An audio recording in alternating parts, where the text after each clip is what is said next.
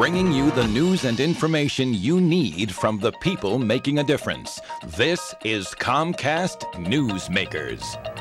My next guest this hour is about preserving the very first hits of rock and roll. Hello again, and thanks for joining us. I'm Carla Showell-Lee, and you're watching this hour's Comcast Newsmakers.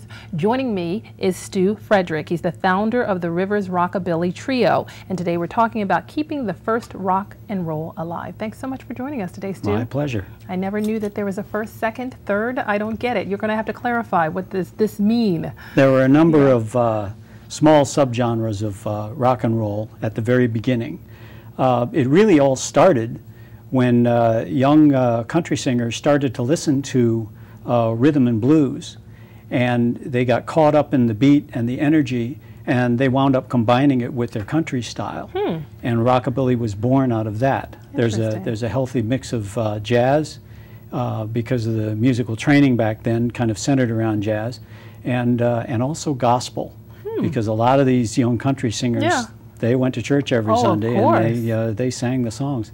It's very interesting, this time period, because this was music that actually changed the world, I believe, and it also had a lot of social issues that they addressed within the music as well. Well, it signaled, because of the appreciation of rhythm and blues, it really signaled social change, because here you had these young country singers were white, and they were listening to African-American music, and it kind of scared their parents a little bit. I can imagine. And especially when they started playing the music with their own, combined with their own country style, it really started a kind of a revolution, and rockabilly wound up being the first successful genre of rock and roll. It was the first to really break into the charts, and of course probably the most well-known artist was Elvis. Yeah, of course, everybody. Yes. I loved Elvis. I gotta tell you, I love me some Elvis. Sure. Now, you call yourself a preservationist. So what does that mean? Does that mean you go out and educate people about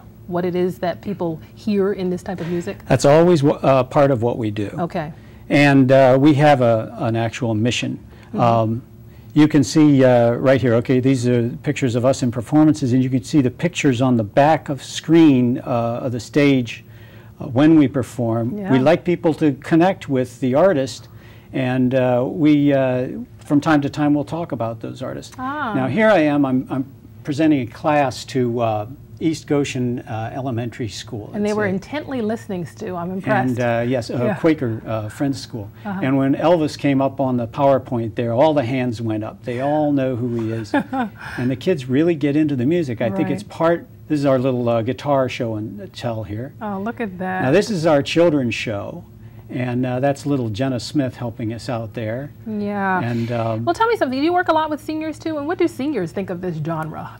We get so much feedback from seniors who come up to us and say, and if I've heard it once, I've heard it 1,000 times. Thank you for playing our music.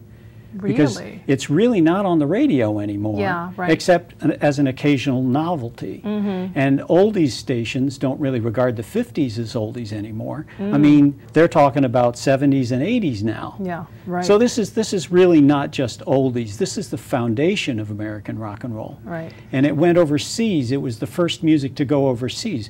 When Bill Haley had the first #1 hit in 1955, it gave birth to a European tour. And they actually had riots in Paris and in Australia when he appeared because they were so excited about the music. And to follow, they had Buddy Holly and Eddie Cochran went over to England and made a big splash. And, we wound up coming back to us with the English musicians. And you're actually coming to the end of your season. Am I correct about that? We are. We are at the end of our season right now. We're building our 2009 season. We may have a couple more appearances. They're not on the boards right now, but what is on the boards is we're going into the studio to record a tribute CD. 2009, your schedule should be out on your website? It's going to be out on our website. Within the next month, that'll start appearing out there. Continued success. So nice to see you, Stu. Thank you so much. This hour's newsmaker, Stu Frederick. He's the founder of the Rivers Rockabilly Trio. I'm Carla Showell-Lee for this edition of Comcast Newsmakers. Thanks for watching.